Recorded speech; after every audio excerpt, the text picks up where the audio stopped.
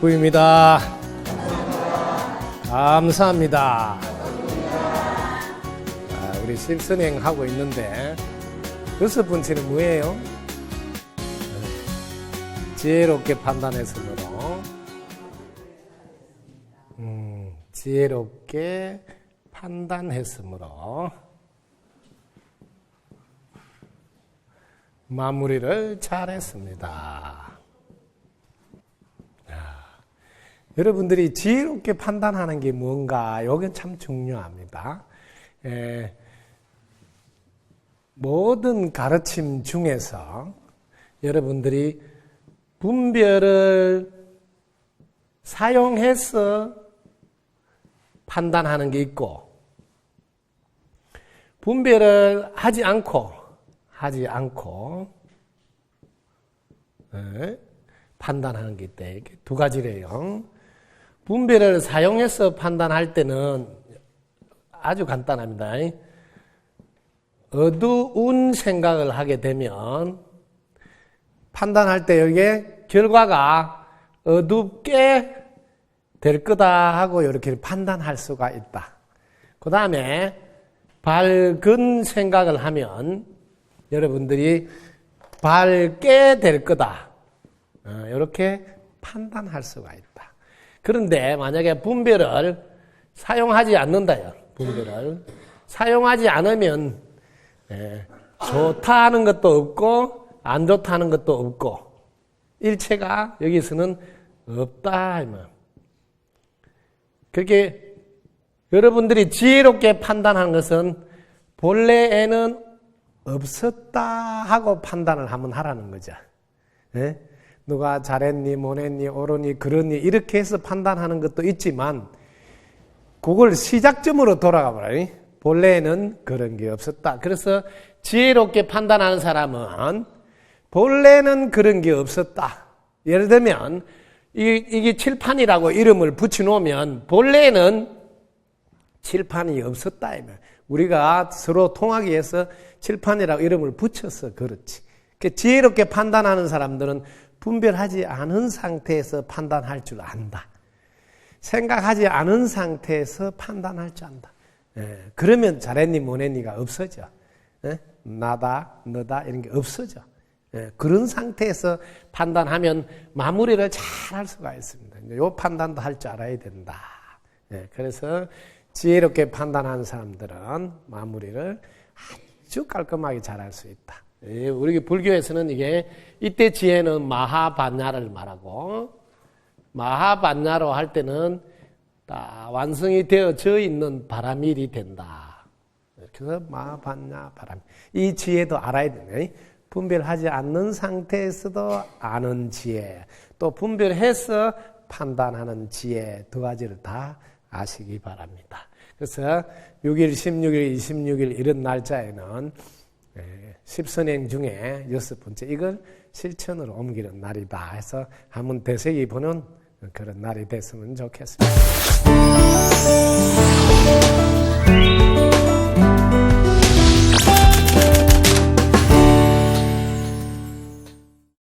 올해도 우리나라 수능이 끝났습니다.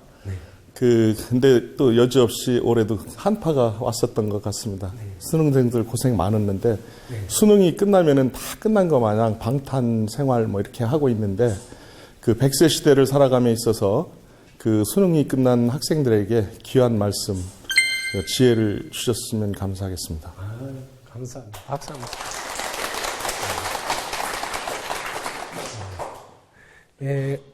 수능 시험을 치신 분들, 자녀들을 두신 분들은 학교에서도 그러고 가정에서도 수능 시험이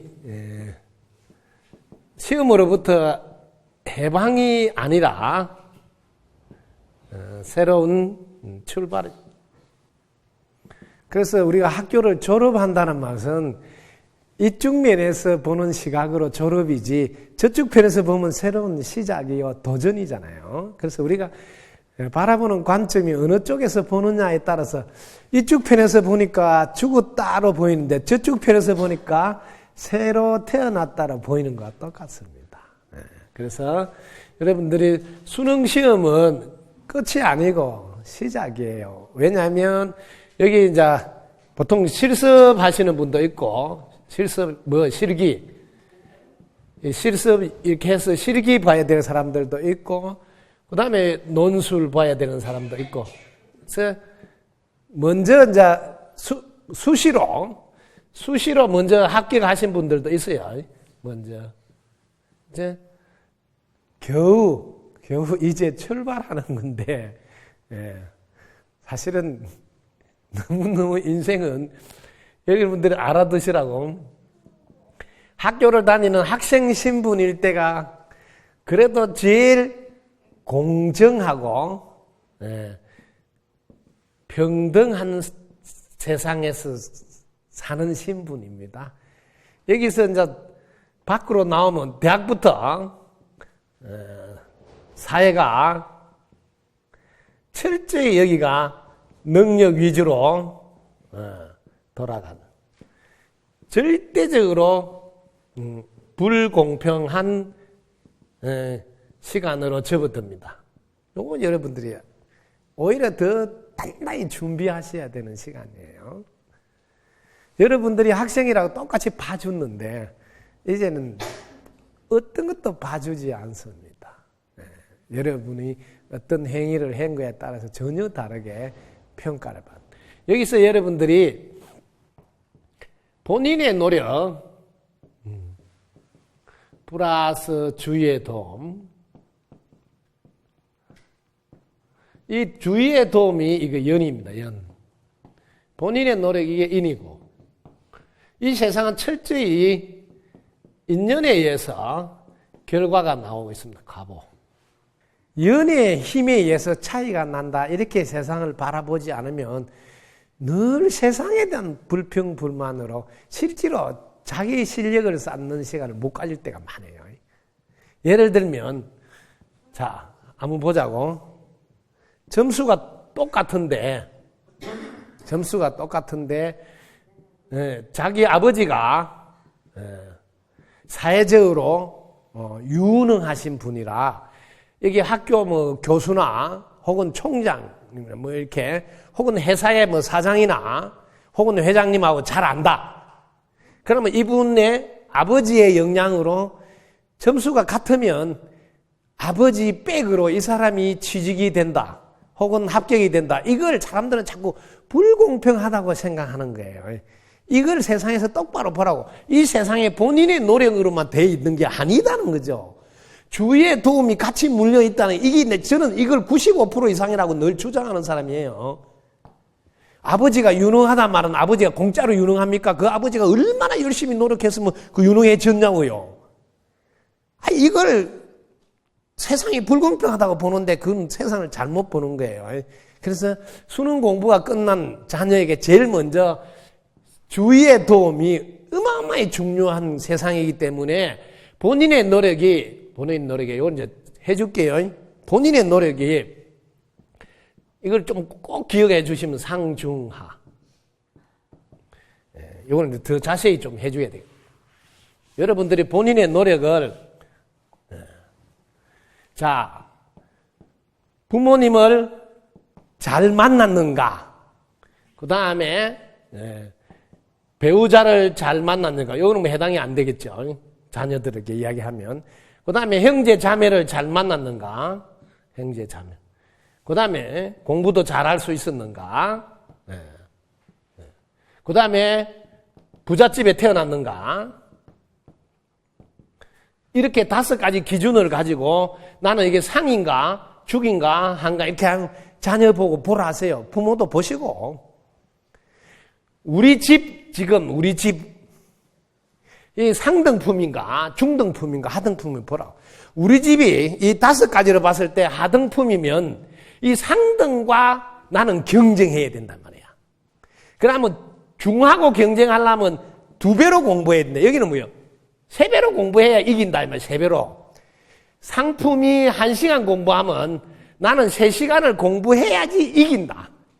중품은 상품하고 경쟁하려면 2시간을 공부해야 된다. 이걸 알아야 된다는 거죠.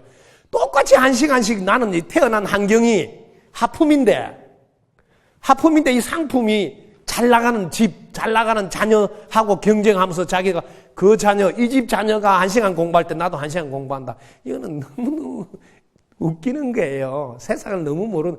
100m 달리는데 이 사람은 벌써 30m 앞에서 출발하는 거고. 이거는 뭐예요?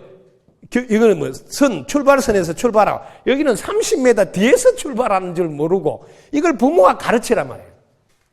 너무너무 중요한 이야기를 세상 첫 발을 내딛는 고등학교 졸업했으면 이제 성인으로 첫 발을 내딛는 거니까 이걸 꼭 이야기하고 주위에 도움이 이거를 뭐 연이라 그러는데 연이 이걸 요즘 백이라고 이렇게 말을 하는데 백이라면 하면 좀 부정적인 느낌이 드니까 이런 단어를 쓰지 말고 아버지는 인연이 참 좋은 분이 많아서 내한테 도움을 많이 주는구나 이렇게 아시면 저는 이렇게 정리를 해줍니다.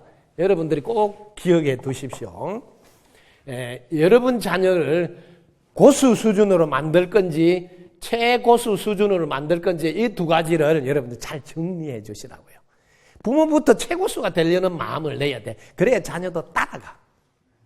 자, 고수는 100번 싸워서 100번 다 이겨. 백전백승이야. 그러면 고수밖에 안 돼. 이걸 알아요. 100분을 싸워서 100분을 다 이기면 대단한 줄 알잖아요. 근데 최고수는 뭐야? 안 싸우고 이긴다고. 안 싸우고. 그 게임이 안 되지. 부모가 최고수가 되려는 노력을 하라. 그러면 이게 상품을 잡을 수 있단 말이야. 자기가 지금 비록 하품으로 태어났더라도 부모가 최고수. 그 다음에 고수들은 자기가 일을 해도 자기가 즐거운 일을 찾아 한다고. 응? 즐거운 일을 찾아서 일을 한다니까. 즉 자기가 좋아하는 일을 한다고 고수들은. 그런데 최고수는 어떤 것이 주어지더라도 그걸 바로 그 자리에서 즐길 줄 안다고. 어떤 일이 내한테 닥쳐오더라도 즐길 줄 아니까 자기가 좋아하거나 즐거운 일을 찾아가지 않는다고요. 내한테 뭐가 주어지더라도 하는 그걸 즐길 줄 아는 이걸 최고수라고. 그 다음에 고수들은 손님의 입맛에 맞춰서 맞춤식 서비스를 해서 요리를 해낸다고. 손님이 된장찌개 좋아하구나. 된장찌개 내는 거 이거는 고수. 그러면 이런 건 장사가 그릇하게 되겠죠. 그 최고수는 뭐예요? 손님 입맛을 바꿔버린다. 손님 입맛 자체를 바꿔서 내가 만드는 요리를 먹게 만든다고요. 이게 대단하죠? 들어보니까. 그래서 부모가 최고수가 되겠다는 마음을 먹어야 내 자녀도 최고수가 뭔지도 알고 따라간다. 수험 준비를 마치고 다시 이제 본고사든 또 실기 연습하든 사회에 대해서 정확하게 최고수가 되겠다는 마음을 먹고 최고수를 찾아가서 멘토를 삼으라고 인연을 맺어주는 게 지금 이 시간 부모들이 해줘야 될 몫이다. 그래서 부모는 빠지고 그 분야의 최고수를 인연 맺어주는 걸 도와주시기 바랍니다. 도움이 됐어요? 네.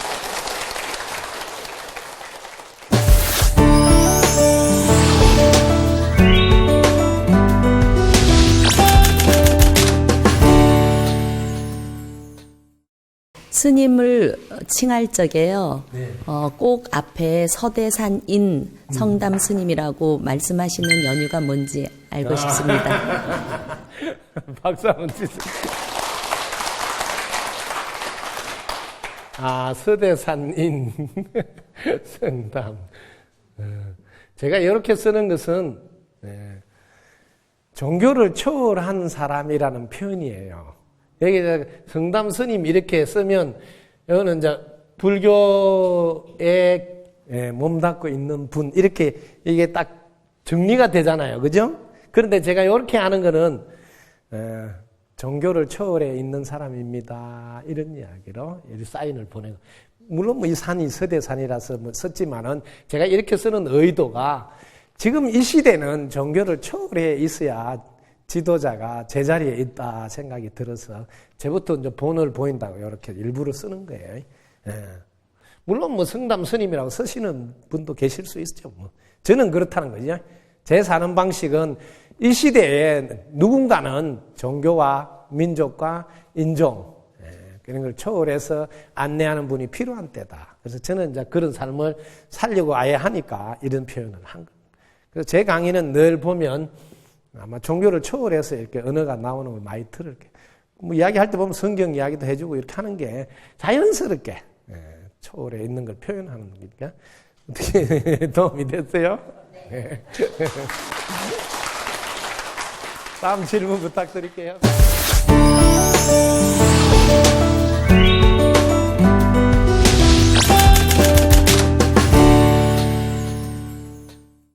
저는 직장에서나 윗분께 가정에서나 직장에서나 윗분께 존경받고 사랑스러운 리더가 되고 싶은데 사랑스러운 리더는 어떤 사람인가요? 네, 박수 한번 주세요. 누구나 꿈꾸는 존경받고 사랑받는 혹은 사랑스러운 사랑받는 리더 어떤 사람일까요? 또 어떻게 하면 저도 존경받고 사랑받는 리더가 될 수 있을까요? 이런 질문인데 너무 좋은 질문을 하셨네요. 꼭 필요한데요, 사실은. 리더를 다른 개념으로 그냥 집에서 있으면 집에 뭐 가장이라고 이렇게 해도 됩니다. 회사 같으면 뭐 사장이라 해도 되고, 조직 단체 같으면 뭐 회장이라 해도 되고, 이거 리더를 이렇게 뭐 가정할 수 있겠죠, 리더. 자, 존경받고 사랑받는 리더는 여기 이제 여러분들이 제 방문 앞에 가보면 이렇게 써놨습니다. 리더, leader is leader 이렇게 써놨습니다. 읽을 줄 아는 사람. 이 리더가 이게 지도자거든요. 이게 리더라고요. 지도자. 자, 읽을 줄 아는 사람이죠. 뭘 읽어야 되냐면 첫째, 세상을 읽을 줄 알아야 된다. 두 번째, 이 세상에서 누구하고 사냐면 사람들하고 사니까 사람을 읽을 줄 알아야 된다. 자, 그 다음에 책을 읽을 줄 알아야 된다. 이 책은 세상과 사람을 보고 쓰는 경험들입니다. 그래서 요렇게 먼저 읽고 요거는 한번 대조 맞추어서 비교해보는 이걸 저는 세 가지 경전을 읽을 줄 알아야 리더, 지도자가 될 수 있다. 이렇게. 그래서 저는 일찍이 세상 경전, 사람 경전을 많이 읽습니다. 저는 이 책으로 읽는 것은 정말 극히 드뭅니다. 제가 어릴 때 도산 안창호 선생님을 나는 멘토, 스승이라 이렇게 가슴에 넣어놓고 살면서 영향을 받은 게 큽니다. 도산 안창호 선생님은 이런 말씀입니다. 일제시대 때 우리 국민들 중에 유지라고 마을에 좀 지도자급에 있는 분들이 막걸리 한 잔 먹으면서 이놈의 나라가 힘이 없어서 요 모양 요 꼴레지가 됐다 이런 말만 하지 힘이 없어서 그렇다고 말하는 자기들은 힘을 안 기른다는 거야. 뭔 말이겠어요? 그러니까 행동을 하지 않는다. 이게 말은 하면서. 그래서 그때 제가 이제 가슴에 크게 왔습니다. 나는 태초에 행동이 있었다. 이게 제가 가슴에 새기고 있는 좌우명. 이걸 늘 가슴에 새기고 있었어요. 태초의 그러다 보니까 이 책 보고 이런 거 하는 걸 정말 안 하고, 오직 몸으로. 그래서 몸으로 해놨다면 좋은 점이 암기를 안 해도 되니까. 뭐든지 물어보면 그냥 이야기할 수, 왜? 몸으로 해본 거잖아. 지금도 제가 이게 지금 우리 물어보면 즉각 이렇게 대답을 하는데, 만약에 여러분들이 어떤 질문을 할 거라고 내가 미리 답을 알아버리면, 즉 질문 내용을 알아버리면 저는 정말 재미가, 기운이 빠져버려요. 알고 하면 너무, 왜? 제가 긴장감도 없잖아요. 뭘 물어볼지 모르니까. 그래야 긴장감이 생겨서 재미가 있는데, 아이고, 오늘 이런 거 물어볼 거다. 미리 공부하고 막 이래 보면 하나도 재미없어요. 짜고 꼭 뭐 하는 것 같아가지고. 저는 재미가 없습니다. 왜? 내가 아는 만큼 이야기하면 되고, 모른다 하면 되지. 제가 세상 경제를 많이 읽었고, 사람 경제를 많이 읽어서 어떤 질문을 해도 이쁜 말로 할게 자신이 있다는 거죠. 왜? 경험했으니까. 세상 경제를 읽고, 그래서 이거 존경받고 사랑받는 리더는 읽을 줄 아는 사람이에요. 세상을 읽고, 자, 세상 경제, 사람 경제 한번 읽어볼게요. 존경받고 사랑받는 지도자, 리더는, 자, 이 세상은 밤, 낮으로 되어 있다. 요거 하나 알았어요. 이 세상. 세상 경제는 읽어요. 이 세상은 밤, 낮으로 되어 있다. 또, 이 세상은 본인의 노력하고, 주위의 도움하고, 이렇게 굴러간다. 이게 인, 연, 과보. 이 두 개를 세상 경전을 통해서 읽을 줄 알아야 된다. 읽을 줄 알아야 된다. 그 다음에 사람 경전을 한번 해볼까요? 사람 경전은 죽을 때까지 두 가지는 내 마음에 안 들게 되어 있다. 하나는 내 마음에 들게 해서 태어나지 않는다. 요거를 여러분들이 사람 경전을 읽을 줄 알아라고. 그러면 리더가 조직 내에서 사람을 딱 볼 때, 저 사람 내 마음에 들려고 안 태어났다는 알기 때문에 내 마음에 안 든다고 그 사람하고 뭐 열받아서 뭐 같이 못 하겠다 이런 생각을 안 한다고. 내 마음. 네. 그 다음에 두 번째, 어떤 사람도 자기가 옳다고 합니다. 자기가. 옳다. 그러니까 무슨 말을 하면 자기가 옳다 하면 네 하고 대답하면 됩니다. 왜? 아예 그럴 줄 알아라 말이야. 사람을 읽을 줄 알아라. 근데 사람들은 자꾸 착각한다 말이에요. 내 마음에 안 든다고 못 살겠다 헤어지자. 누가 네 마음에 들라고 태어난 줄 알아? 이거 하나를 모르니까. 그래서 올바른 지도자, 리더를 못 한다는 거죠. 그래서 사람 경전을 안 읽고 있다면 사람 경전. 사람 경전을 많이, 이 사람은요, 너무 쉬워요. 길을 살려줘 보세요. 운이 좋아져. 아주 간단한 거예요. 이 경전을 읽어야지, 기쁜 척도 해주고, 약한 척도 해주고, 못난 척도 해주는 거. 왜? 길 살려야 운 좋아지는 줄 아니까. 이렇게 경전을 늘 읽을 줄 알아야 존경받고 사랑받는 리더가 될 수 있다고요. 이런 걸 읽어야 돼요.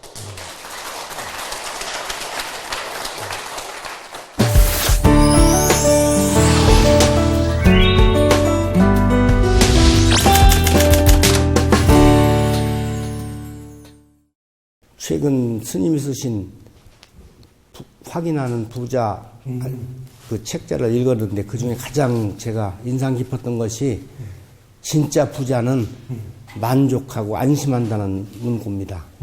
우리가 작은 일에서 흔히 만족하고 안심할 수 있는 생각들이 없는데 쉽게 좀 배울 수 있는 방법 좀 알려주시면 감사하겠습니다. 네. 박수 한번 부탁드립니다.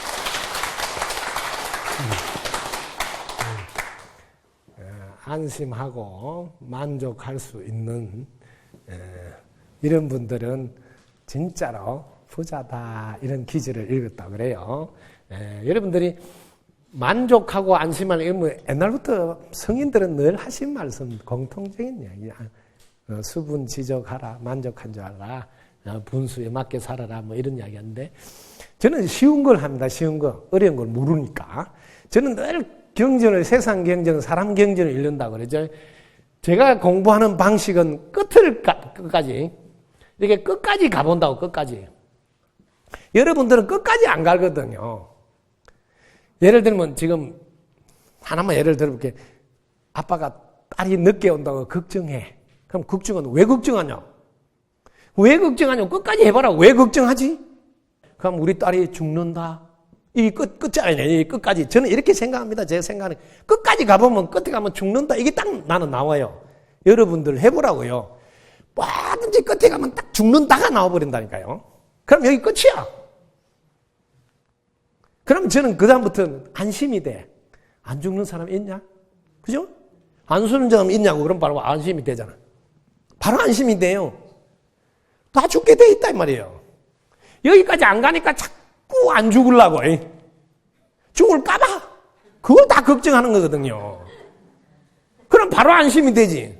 그럼 뭐, 아이고, 오늘도 이렇게 숨 쉬고 살 수 있는 게 너무너무 감사하네. 그럼 만족이 바로 나와보잖아요. 우리 은사 스님이 밀자, 운자 큰 스님인데, 그 동화사 저 경기도 포천 이동하면 작약을 심어놔서 작약밭. 예. 작약을 심으면 이게 오래됐어요. 이제 아주 오래되면 이게 약 아주 좋거든요. 근데 한 번은 제가 그 토굴에서 공부를 하고 있는데 요 작약밭을 지나서 제가 요 토굴에 공부를 하고 있는데 은사 스님이 요 작약밭을 지나서 요 토굴에 와서 문도 안 열어보시고 한 바퀴 이렇게 토굴을 돌면서 작약밭도 안 메고 무슨 공부를 하는 거 하고 한 말씀하고 지나가도 왜? 그래서 은사 스님이 오셨구나 하고 나가서 보니까 여기 은사 스님이 아주 오래 전부터 심어놓은 작약밭인데 이게 막 풀이 이렇게 풀 속에 들어서 작약이 잘 안 보여. 그래서 은사 스님, 아이고 작약밭도 안 메고 무슨 공부를 하는 거. 그래서 이제 아이고 작약밭을 메야 되겠다. 그래서 작약밭을 제가 어떻게 맸냐면요. 작약을 동네 사람 보고 다 캐가라는 거예요. 다가. 왜냐하면 내가 풀을 매면 또 지나고 나면 은사 스님 오실 때쯤 돼서 풀 나가 있으면 또 매도 또 소용없잖아요. 작약을 동네 사람 보고 다 캐가라는 거예요. 작약을. 그렇게 저희 은사 스님이 그 초팔 전날 오셔가지고 작약밭을 보러 간 거 아니에요. 그 작약을 다 캐부으니까 우리 은사 스님은 도인이시잖아요. 보통 스님은 틀린 도인이시라 이놈이 한 소식을 하구나. 그러면서 내일 초팔 날은 네가 법석에 올라가서 네가 법문을 하거라. 그러면서 그날 저녁에 주무시고 그 다음날 초팔 날 법문을 하실 건데 그날 저녁에 주무시지 않고 그냥 가셨어요. 내일은 네가 법문해도 된다. 왜? 다른 제자 같으면 작약밭을 올 때쯤 돼서 딱 매놔가지고 잘 매난 것이 할 거란 거지. 그렇잖아요. 근데 제가 이 작약을 다 캐서 동네 사람 다 가져가라 해봤으니 다시는 작약밭을 맬 일이 없잖아요. 그러니까 이게 아버지를 잘 만났으니까 혼을 안 나는 거지. 이거 지금 아버지 잘못 만났으면 이놈의 새끼 작약도 모르고 풀도 모르고 뭐 구분을 못 했냐고 대도 못 날 거 아니에요. 뭔 말을 내가 해주고 싶냐면 공부를 끝장을 바라는 소리예요. 뿌리를 뽑아라 이 소리예요. 그렇지 않고는 여러분들이 맨날 하기는 하는데 몇십 년 흘러도 찌지부리하게 안 한 게 아니고 했는데 찌지부리하게 아직도 끝이 안 나가 있다고. 뭐 깔끔 안 하다고요. 뭘 질문해도 깔끔해야 되거든. 뭐 쉽고 간단하게 대답해야 된다. 왜? 쉬우야 알기가 쉽잖아요. 또 간단해야지 따라하기 쉽잖아요. 내 혼자 잘나면 뭐하냐. 여러분들도 따라해서 딱 깔끔하게 돼야지. 그래서 쉽고 간단하게 이렇게 쉽고 간단하게 이걸 명쾌라 그래요. 명쾌한 대답을 해야 여러분 가슴이 상쾌해지는 거야. 통쾌해진다 이 말이에요. 그래서 이렇게 하는 거라고. 그래서 끝까지 가라고. 여러분들은 어떤 경우도 끝까지 가봐라. 죽기밖에 더 가겠냐 하고 딱. 그럼 안심이 돼버려 안심이. 저는 늘 이렇게 합니다. 제가 하는 거는. 죽기밖에 더 하냐고 딱 들어가면 그럼 안심이 돼. 안 죽는 놈 있냐? 이렇게 하면 끝이야.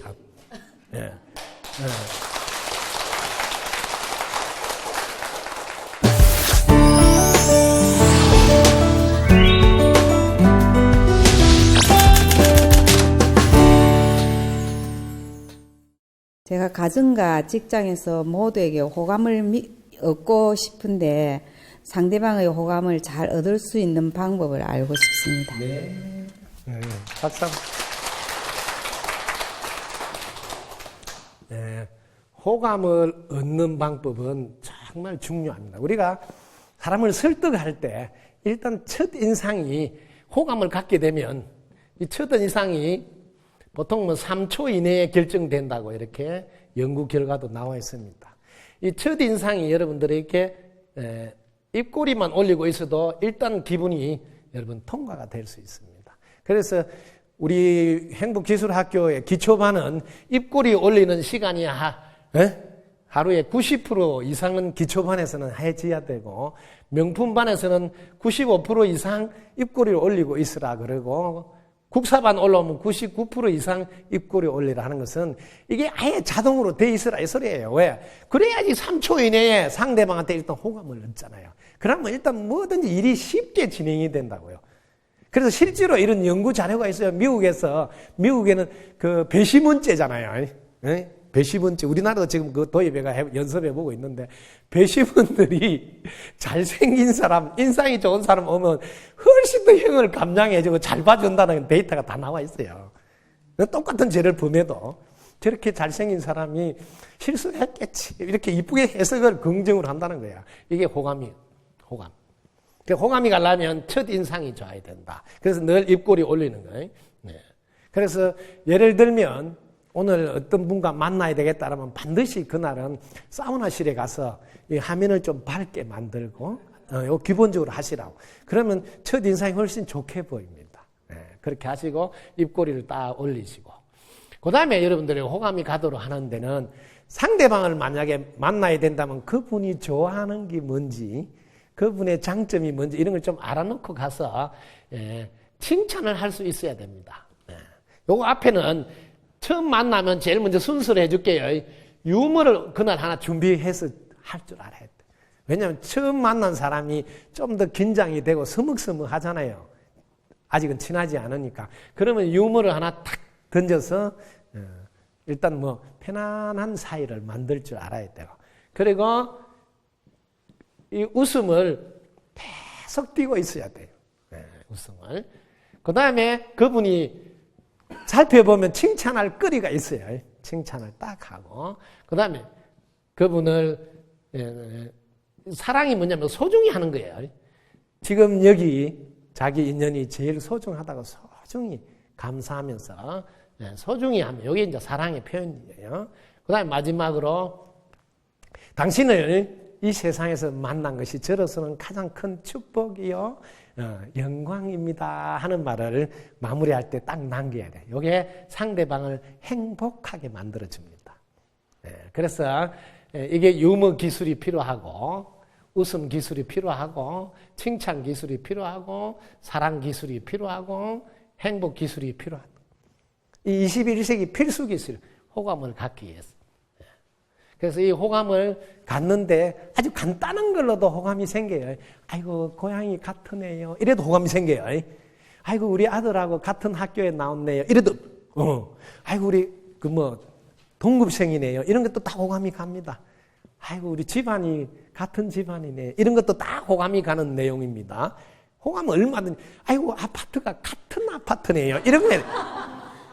이런 것만 해도 호감이 갑니다. 아주 호감이 갈 게 너무 많습니다. 이게 그래서 제가 이쁜 말 해줘. 유머 기술이 있어야 연봉 1억 이상 받을 수 있고 웃음 기술이 있어야 연봉 2억 이상 칭찬 기술이 있어야 연봉 3억 이상 사랑 기술이 있어야 연봉 4억 이상 행복 기술이 있어야 연봉 5억 이상 받을 수 있는 기본 기술을 갖추라. 21세기 필수 기술이다. 도움이 됐어요? 네.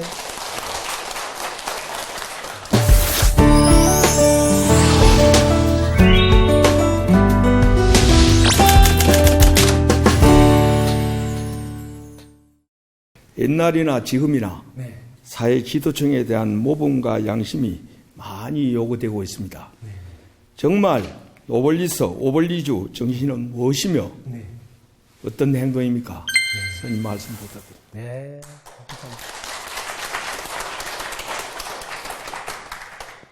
되게 어려운 말을 하시네. 네. 사회 지도층에 계시는 분들의 삶은 어떠해야 할까요? 지도층에 이게 상류층을 말한다 이렇게 생각하시면 되죠. 자, 여기서 어떤 분이든 간에 자기 자신을 바르게 알아야 됩니다. 자, 나는 어떻게 존재하는가? 나는 공기의 도움으로 숨을 쉬어야 존재할 수 있고, 나는 밥을 먹어야 살아갈 수 있고, 그럼 이 밥을 먹기 위해서는 하늘의 도움도 받아야 되고, 땅의 도움도 받아야 되고, 그 다음에 이웃 사람들이 농사도 지어줘야 되고 가스 배달도 해줘야 되고 그 다음에 밥그릇도 만들어줘야 되고 숟가락도 만들어줘야 되고 또 옷도 만들어줘야 되고 이렇게 이 이웃이 많은 도움을 주어서 내가 지금 상류층에 살고 있다는 것을 만약에 내가 회사를 운영해서 돈을 많이 벌어서 상류층이라면 그 회사에서 나오는 물건을 사준 분 덕분에 회사가 돌아갔고, 사줄 수 있도록 제품을 만들어 준 분들 덕분에 팔 수 있었고, 예. 한마디로 도와준 덕분에 이만큼 살 수 있구나. 이걸 깨달은 분이라면 사회 지도층에 속하는 분이다. 이렇게 정리를 하셔야 됩니다. 이걸 못 깨달았는데 돈이 많다든지 뭐 권력이 쥐고 있다든지 뭐 이런 거는 절대 사회 지도층에 속하지 않는 분이 지금 엉뚱한 이쁜 말로 바꾸면 반칙을 해가지고 그런 자리에 지금 역할을 하는 거예요. 역할을. 반칙을 해가지고. 돈을 많이 챙겼다든지 반칙을 해가지고 권력을 쥐다든지 이런 일을 하고 있는 분이다. 우리 사회 지도층에 속으려면 최소한 나는 나 아닌 것이 없으면 도대체 나는 존재할 수 없구나를 알으신 분들이 지도층에 계셔야 됩니다. 또 이런 분을 우리가 또 뭐 뽑으셔야 된다고요. 선거를 통해서. 그러면 자연스럽게 이분들은 나 아닌 게 뭐예요? 상대방 덕분에 내가 살아가는구나. 이 상대방에게 감사하게 되고 이분들에게 보답하는 삶을 살게 된다고요. 그래서 우리부터 나 아닌 게 없으면 나는 존재할 수 없구나를 깨닫고 내가 가정에서 지도층의 삶을 보여주셔야 돼요. 네. 그리고 내 자녀도 그걸 본받아서 어디에 있든 간에 그런 행동을 할 수 있도록. 그러면 저변이 확대돼서 자연스럽게, 그렇지 않은 분은 좀 창피스러워서 사실은 뭐 어깨 힘주고 이런 거 못합니다. 부끄러워서. 네. 그래서 부끄러워할 수 있도록 나부터 그런 삶을 사는 것, 이게 진정한 같은 사는 이 공간에서 우리 몫이 아닌가, 그런 생각이 듭니다. 도움이 됐어요? 네.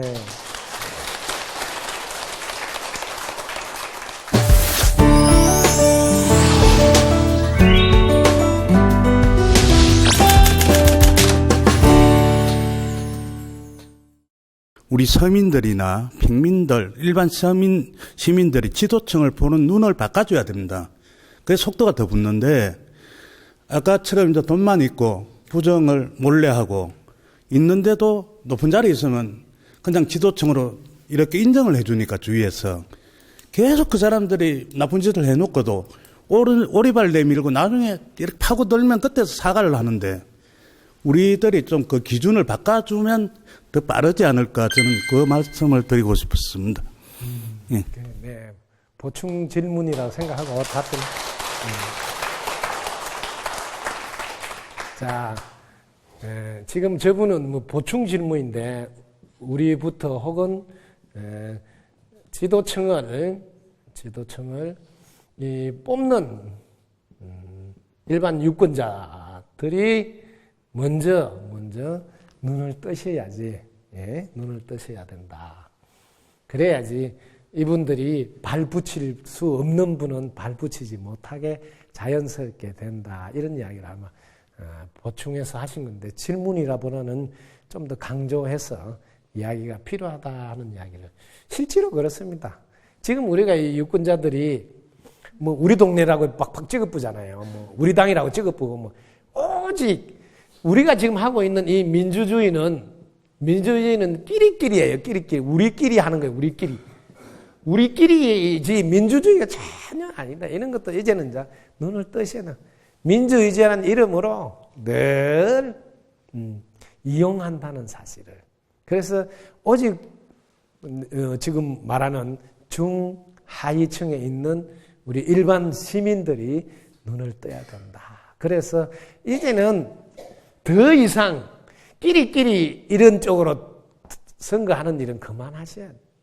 지나간 거는 이야기하는 게 아니고 앞으로 이렇게 모델을 정해주면, 즉 지침을 딱 세워주면 앞으로 할 사람들은 이제 그런 걸 잘 할 거 아닌가. 그 엉터리 해도 그냥 또 뭐 저끼리 또 통과시키가 그냥 뭐 하니까 또 뒤에서도 그냥 대충 살고 또 줄 잘 서가지고 또 뭐 장관 해먹고 이런 거 한다는 거죠. 예, 이런 게 이제 이렇게 해주고 싶다는 거지. 지금까지 한 거는 봐주더라도 뭐 관례나 뭐 이런 핑계를 대더라도 지금 예를 들면 2014년 11월 뭐 30일 이후에 세금 만약에 안 냈다. 전과에 있었다. 이러면 이런 사람들 입후보 못하게 이렇게 한다. 이렇게 하면 되거든요. 앞에 걸 가지고 소급하면 또 안 되니까. 지금부터는 그럼 잘 살아라. 잘 사는 사람에게 장관이라든 이런 거를 할 수 있도록 한다. 이렇게는 할 수 있거든요. 이런 거는. 할 수 있는 거 하면 되는데 이런 거 안 한다고.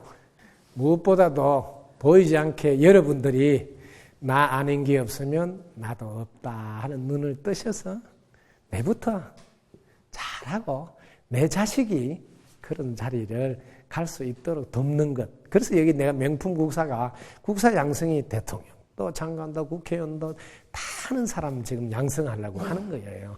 아예 제가 아까도 말했죠. 도산 안차원 선생님 말만 하지 맨날 정치 욕하지. 네가 정치하면 안 되나냐고. 니는 안 하냐고. 똑같은 거예요. 그래서 저는 제가 나서지 않을 것 같으면 나설 사람을 키운다는 거죠. 그래서 지금 준비하는 거니까. 여러분들 많이 도와주면 좋겠어요. 덕부입니다. 감사합니다.